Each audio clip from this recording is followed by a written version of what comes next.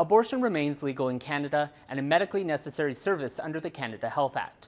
But accessible? Experts say there's still work to do. There aren't any laws banning drag performers in Canada, but hate crimes against the LGBTQ2 community are at their highest level in 5 years, according to Statistics Canada. What's unusual about the law is state officials are barred from enforcing it, but private citizens can sue anyone who helps someone get an abortion, from medical providers to relatives or even an Uber driver who takes them to the clinic. Canada will continue voting by first past the post for the foreseeable future, but Canadians can still voice their support or their frustration for the parties by casting their vote on Election Day. We're going to really be taking a look at the acronym and breaking it down. As journalists, it's our job to really dive deep and tell the stories, the experiences, the struggles, and even the celebrations that people in the 2S LGBTQIA community have gone through. Sean, in terms of access to abortion, what issues are still being faced? Well, one of the big issues that is still being faced is knowledge of what is out there for people to access. Now, it's not to say that some progress has not been made. More access to the medication mifepristone, or as it's known here in Canada, mifegamyso, has made it a lot easier for people to be able to get an abortion without having to travel far distances, such as to bigger cities, in order to find a clinic to be able to do that procedure. Are you looking to brush up on your automotive knowledge? The Windsor Public Library has a new historical exhibit for you. Kenneth Bullock reports. The Ontario government has announced that beer is now being sold in grocery stores. The Real Canadian Superstore on Walker Road is one of the first locations. John Carvello, the store's manager, says it's about time grocery stores sold beer. On this sunny evening, let's go down to the corner of University in Victoria where Alana Wills is standing by. Alana? A group of doctors gave a seminar recently to minority groups about the risk and prevention methods of cancer. Reporter David Dyke tells us more. Stellantis confirmed Wednesday evening a deal was reached to restart construction at its EV battery plant in Windsor, Ontario. The agreement comes after some back and forth with the company. In May, Stellantis announced it was stopping construction amid a dispute with Ottawa over federal subsidies. This shortly after the federal government announced a separate $13 billion deal with Volkswagen for an EV plant in St. Thomas. Then last month, Ontario Premier Doug Ford said the province would pay a third of the cost to save the $5 billion facility and that both governments were inches away from a deal. Ontario's Economic Development Minister Vic Fedeli told Global News the deal amounts to $15 billion in tax incentives for battery production, with Ontario taking on $5 billion. That money, however, comes in the form of tax breaks, not support payments. He also says the Stellantis deal has resulted in a new Canada-Ontario pact that will result in identical incentives for other battery manufacturers that set up shop in Ontario. I think this is an historic deal. It's a great agreement, and it protects the thousands of jobs that quite frankly, were at stake. A key issue here, something Stellantis brought up with the feds, the Inflation Reduction Act, which in the U.S. became law, with Industry Minister François-Philippe Champagne saying talks took place to remain competitive with the United States. Now, this plant is expected to have a big impact in the Windsor, Ontario area. In 2022, plans for the facility were announced with the potential of 2,500 jobs. But the pause created worry for potential workers. Unifor praised the reaching of an agreement, saying it was an important conclusion and the alternative of no plant would have been unthinkable.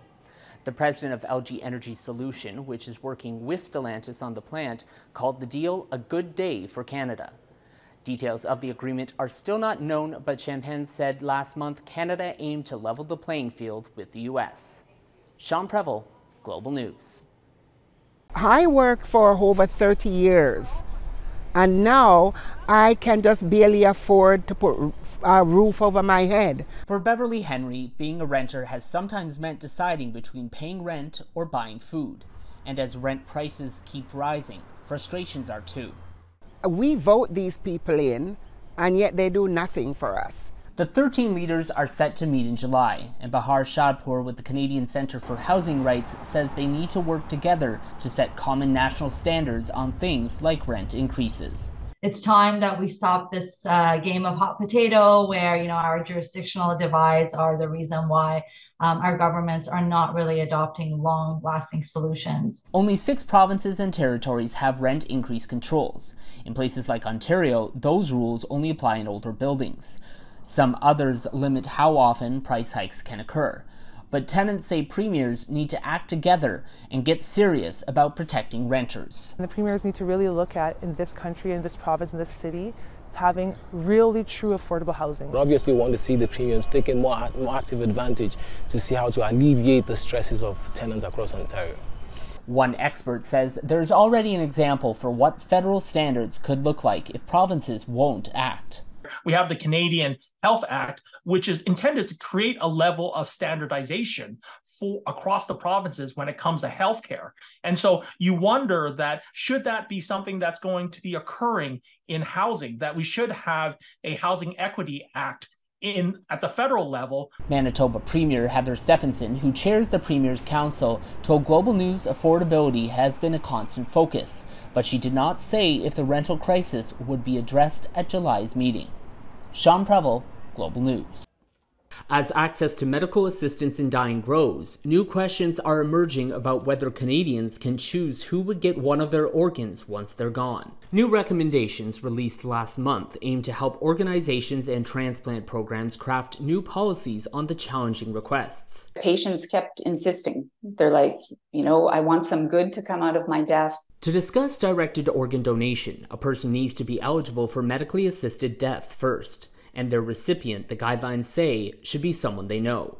But one of the biggest questions is whether a person chosen by an organ donor should trump someone on the waiting list in greater need or vice versa. Bioethicist Udo Schuklang says not letting potential donors choose their recipients could discourage assisted dying patients from donating at all. He says getting organs to someone who needs it is what matters most. Ultimately, also fewer people will be on that waiting list. It will be a shorter waiting list by virtue of that. Others, including Dr. Kim Wiebe, who helped write the recommendations, have a different view. The person in highest need of the organ will be prioritized, and patients have to agree that the donation will be unconditional and that we'll work towards, the directed donation, but that it will go to the patient in highest need. Federal data shows less than 25% of Canadians are registered organ donors. One donor could save up to 8 lives. Nearly 40% of those removed from the waitlist last year died while waiting. Canadian Transplant Society President James Breckenridge says being able to choose who an organ goes to could help make donation more meaningful. Perhaps you'd like to give your organ to your wife or your daughter or your kidney or for somebody. To a person that is in real need that or is a part of the family might tip the scale for that person to become an organ donor. A meaningful moment for Canadians as they live out their final days. Sean Preble, Global News.